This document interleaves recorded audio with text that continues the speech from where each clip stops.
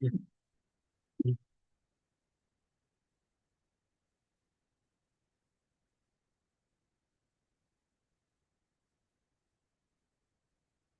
live in a world where there are so many distractions,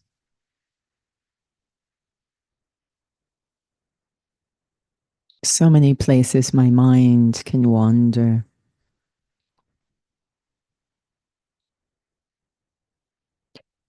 And yet we each move through the world with some degree of responsibility. Responsibility for our own peace, our own happiness, our own integrity, our own kindness. And that depends on how I use my resources. Not just physical assets, not just money and possessions,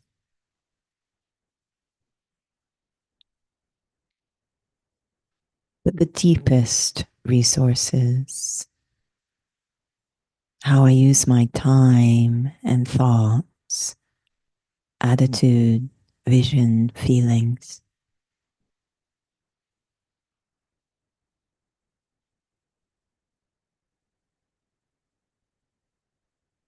As I maneuver through the distractions of the day,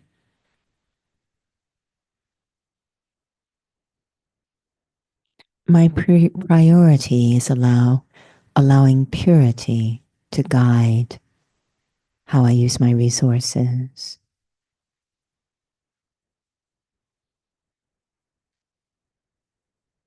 Are my thoughts pure?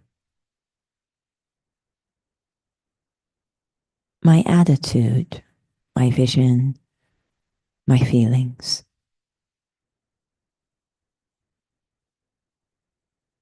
That is my own personal responsibility.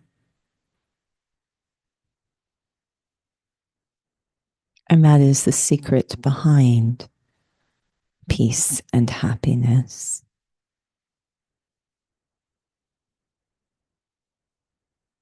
Maintaining this priority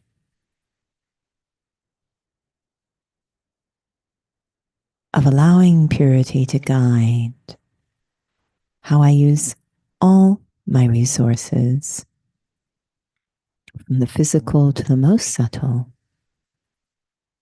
as I go through the day. Om Shanti.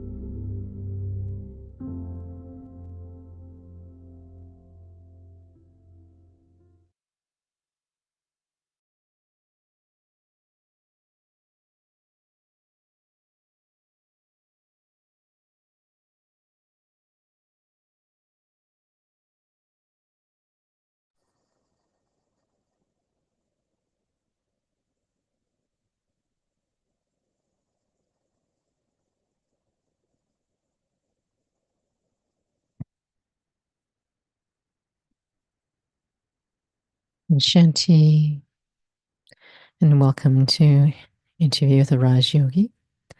And tonight's session's Staying on Track.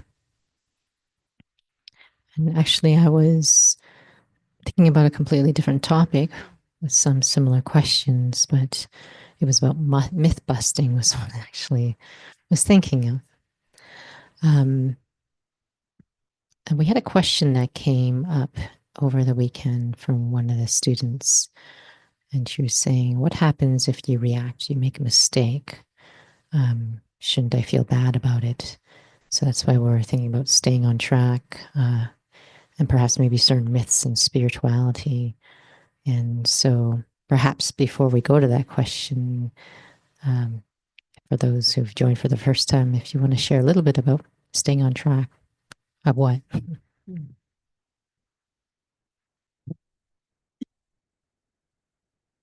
Shanti.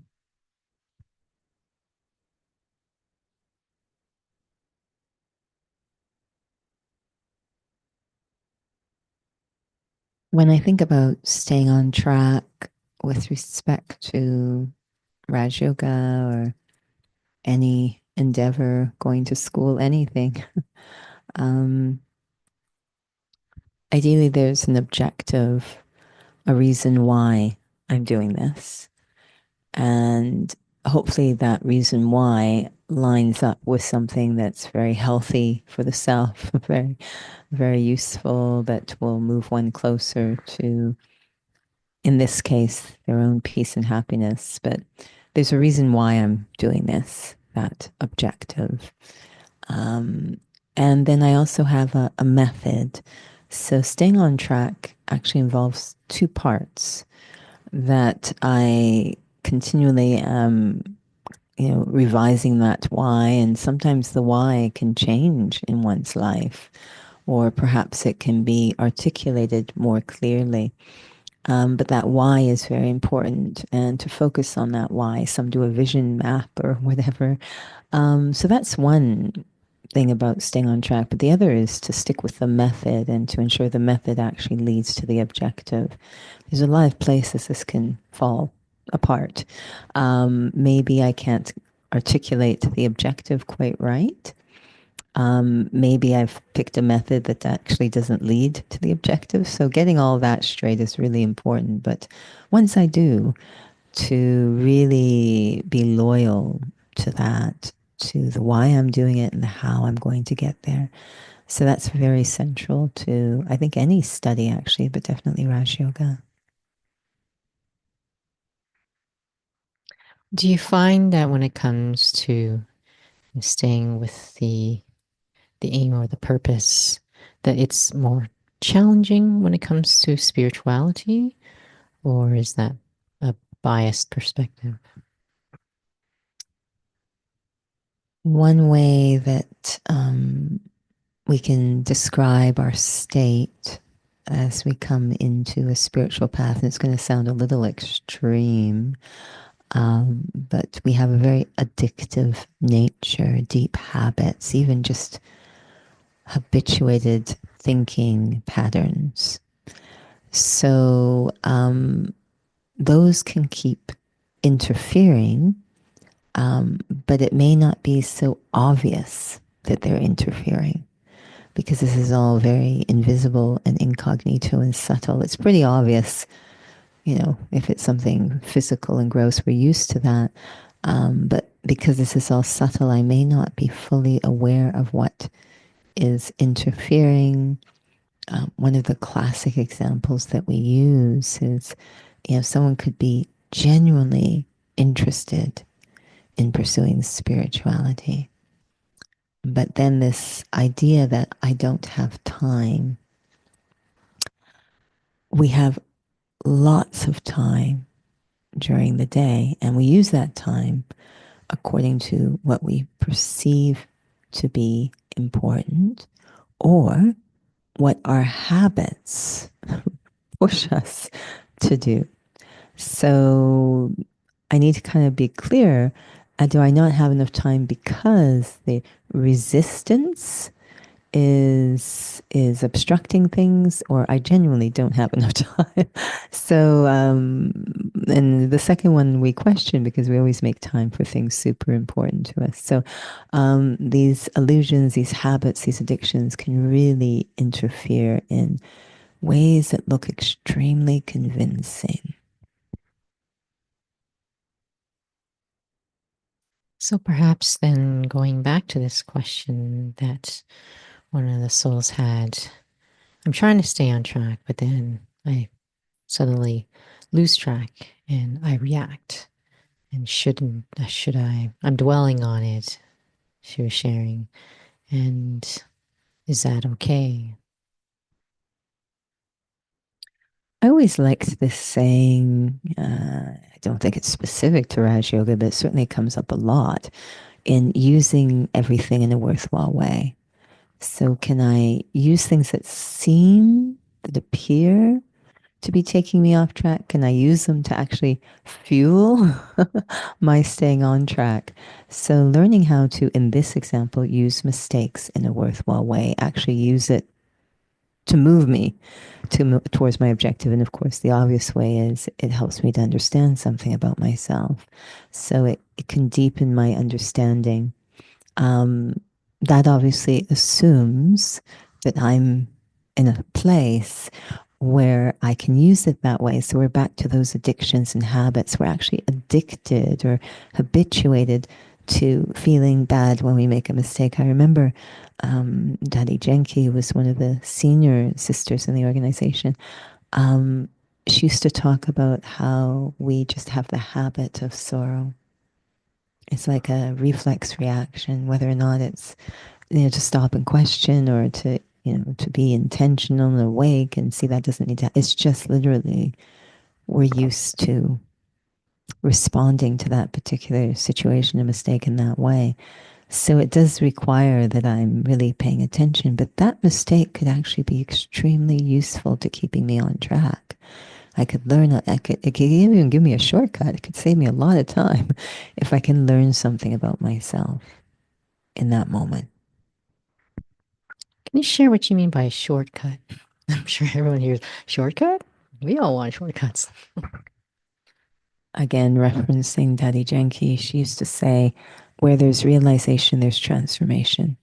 So I'm going to keep making that mistake unless I stop and look at what's driving that dynamic. And it's usually I've abandoned the method at that moment, but stop and really have some kind of insight or realization about myself. That's going to save me a lot of time of repeating that mistake again and again and again in the future because I didn't really learn. So this happens in school, that if I don't master the lessons, then I slow down. I might even be held back a grade. I'm losing time. But if I master the lessons quite quickly, I can actually skip a grade. So can I get into a place, and this is part of our training, is creating from the get-go an internal environment that really recognizes the worth or value of the self. If I understand the worth of the self, I will use everything, even a mistake, in a worthwhile way and save myself a lot of time from repeating that again and again. Maybe in a way, what you shared answers this question, but I was thinking about what you said earlier that sometimes it's quite invisible. And so habits are quite invisible as well, where sometimes in the physical it's a lot more obvious. How does practicing soul consciousness, practicing the experience, not just thinking, but the experience of being a soul, help one to be able to sense these very subtle things? I was really enjoying this little class we were listening to from another senior, Daddy Rata Mohini, talking about going into that soul conscious stage and how it allows one to be a detached observer. And we often think of that, which means a very peaceful observer, of whatever is going on. And we often think of that as observing things outside. But it also is tremendously helpful to be a detached observer of what's going on inside of myself, to not come into sort of emotional chaos, but to maintain clarity and to observe peacefully whatever I'm seeing. Soul consciousness will give me that capacity. I'm glad you brought this up because we hear it often in this study, storms will come. And I wonder if we have our own interpretations of what that means. In light of what you were talking about, to be able to observe oneself inside, in the context of this aspect of storms will come, does it mean that reactivity is there, that I can actually even watch reactivity, or that there is old ways of operating, feeling offended or getting angry or whatnot on the inside? Because those, I think maybe that's why I wanted to call it myth busting, because I think souls think that you're on a spiritual path, you should be perfect the moment you start. Yeah, that attitude always reminds me of the gym.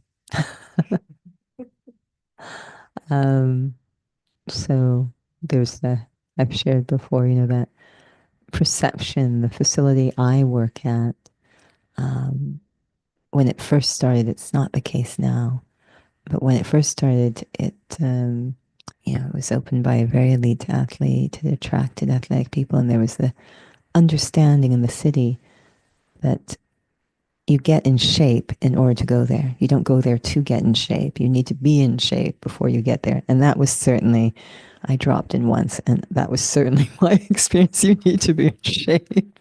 But it makes no sense, of course. The whole idea is to have a space where people feel secure and safe getting in shape. So, yeah, the reason we're doing this whole study is to go through a journey, not that we've arrived. It's like, I'm going to go to the airport. Oh, look, I'm already at my destination. Why bother getting on the plane? I get on the plane with that faith that it's carrying me to my destination, but I still have to go through the flight. So to really kind of be aware of the lay of the land, that I'm going through this in order to be able, but to be, again, a tremendous understanding. And this is why one of the key subjects in the study is what we call spiritual knowledge or wisdom, that I need a lot of understanding along the way, a lot. And one of the understandings I need to have is that in the course of my journey through time, there is at least two of me, if not more, but there is the real me, and then there is the, maybe you can say, false or acquired me. And we call this acquired me illusion or Maya. So both of these forms of myself are residing in here. And the acquired one, the reason I'm on this journey is the acquired one has really taken up all the space in my head. So I am not really my real self. But I'm still in there. It's still there, that potential. So it's going to be quite a little battle, a lot of tug of war between these two aspects of myself. And the more clarity I can have is great, but it's always going to be there. I need to understand that about myself and others, because I actually fuel my own false self when I focus on the falseness in others as if it's really them. It's not. So that is really important to understand. What is me? What is not me? So to feel bad about a mistake isn't actually how the real me operates. It is how ego operates, and that is not the real me. So I kind of need to know that so that I'm able to watch these two players inside my head, and which one am I feeding? Which one am I engaging with? So being very clear about what we say, what is my property, what is not my property, but who is the real me, who is not. And the false one's very melodramatic, very romantic, So it's good to know what that persona is like. It's very reactive.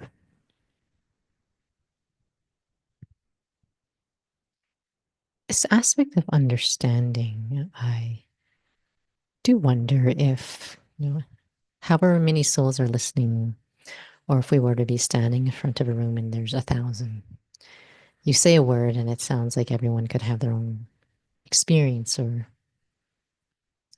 interpretation or perception of what that means. What is your feeling of what it means in terms of understanding? Because sometimes, and I've actually heard the teachers share in this study, you say that this is happening because, it's all a play, for example, but you're still crying inside and you're using points of knowledge, but your inner behavior doesn't really reflect you understand.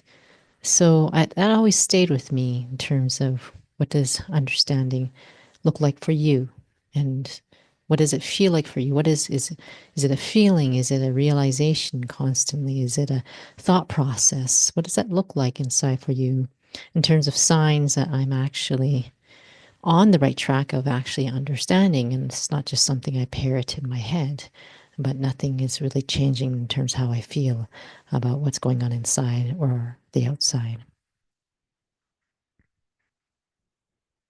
I've always liked this word enlightenment with respect to this, some almost say a synonym to understanding, enlightenment. So being light or free enough to use that understanding, if you will, but light or free. And the big thing for me, if I really have understanding, because we say the point of all this spiritual wisdom is to enable me to do the second subject, which is stay connected to God.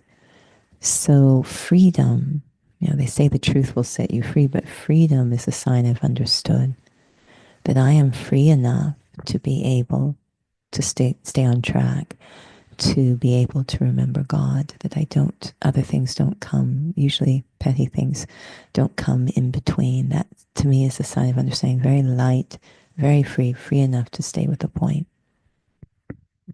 I'll just sneak in one last question. This whole aspect of understanding, it feels like how much it's important to stay on track. How do you find, again, like practically speaking, has understanding oneself enables one to be able to also have that kind of understanding for others? So I'm not pulled into being reactive regarding others, however they are, whatever choices they make, and then lose track again.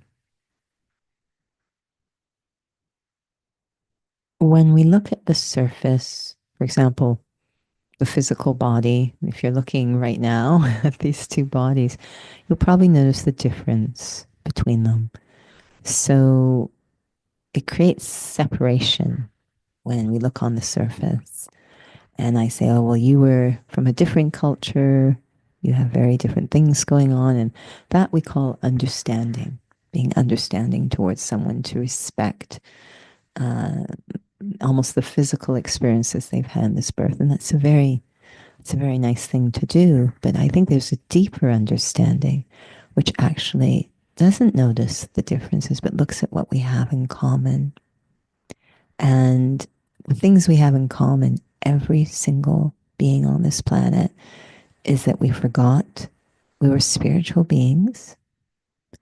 And that led to the emergence of things like ego, fear, greed, desire, anger, etc. We all have this in common. We're all suffering from the same issue.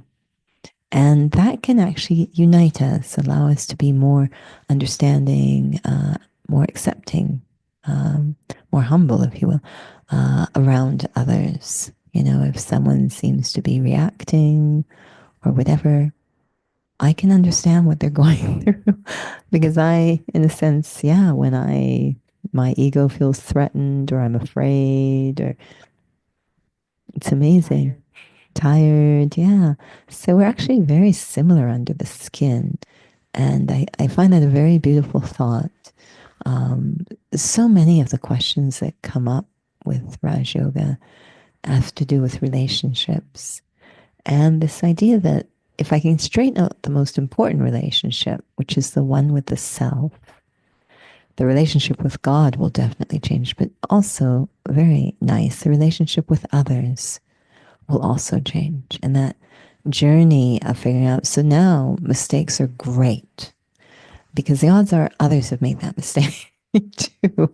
And if I can have a compassionate feeling towards myself and understanding towards myself, I probably will be able to do that for others and give them a shortcut, not judge them, not keep them stuck, not react towards them as if they are the mistake, right? That's not really what's going on. We make these mistakes because we have these deep habits of forgetting ourselves. That's all I really need to know. And so I apply that understanding to myself. I forgot myself in that moment. If I look carefully, yeah, when I made that mistake, I was not soul conscious. And if I truly was, it wasn't a mistake. It was really meant to happen. It's going to lead to something amazing. So um, I think these things that unite us is very helpful with understanding. Well, thank you, Jeannie. I feel like you're saying that there is no excuse that doesn't allow us to have mercy on ourselves. Well, hopefully that helps us feel a little more lighter. So we'll have a little reflection. One of the most common symbols when it comes to meditation, reflection, even spirituality is a symbol of being in a very quiet place in solitude, focusing on a single candle, a single flame. I can even visualize that now as I'm sitting here, as if I am placing myself in that scene, quiet place, the world outside completely forgotten, and my entire focus is just that single flame. And creating such a space in that scene that that flame becomes very calm and still. I'm beginning to understand the attraction of that flame, the calming effect it has on my mind, even the clarity it can bring, is because that flame represents my true self, that I am an invisible spark of living spiritual light.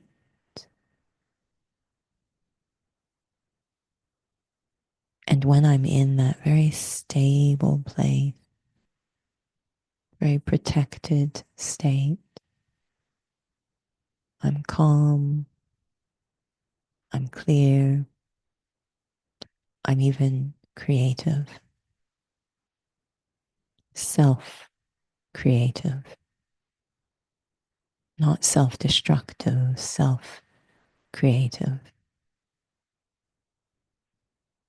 In that fully enlightened state, I'm able to grow, develop, return to my original true form.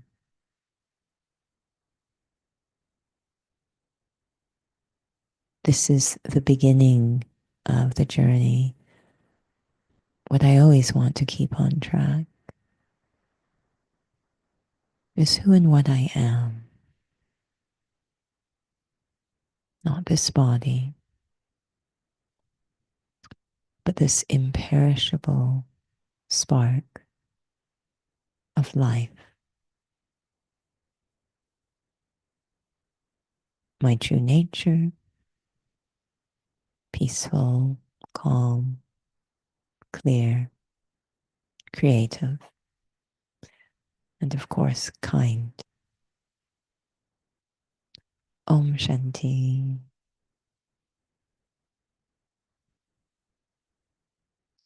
Om Shanti, thank you for joining with us this evening. And we want to remind souls there is a Raja Yoga Hindi course the Foundations course in Hindi starting this Friday. So it is 4 Fridays, 6:30 to 8 o'clock in the evening. Registration is required. So you'll be able to find that on the Calgary website, calgary.brahmakumaris.ca. Or if you go to Eventbrite and you look up BK Calgary, you'll find that there as well. And we'll sound like a broken record for the next several months because we wanted to let souls know that Sister Shivani is visiting Canada in August, and she will be going to all the different centers in Canada, and she will be coming to Calgary. So the websites have been, I'm not sure if they've all been updated, but Calgary has been, the national site has been, and there is a registration link on there, not to book tickets, but to be able to stay updated of when tickets are available at the venue, which is chosen for Calgary. All those details are on there as well. And so that's August 22nd. And we'll be sending an email for those who've subscribed, but you'll be able to find all that information as well on the Calgary website. I'm just going to pass it over to Judy in case there was something that I missed. I don't think so. No, I think that was everything. All right, of course, and drop-in sessions that are offered online and on-site. And the Learn Meditation that's at the Academy is taking place on April 19th, Saturday at 12:15 to 1:30 p.m. Registration is welcome, but you can just drop in at the front desk if you are suddenly pulled to go. And any other sessions, feel free to visit the website. Thank you for joining. Shanti.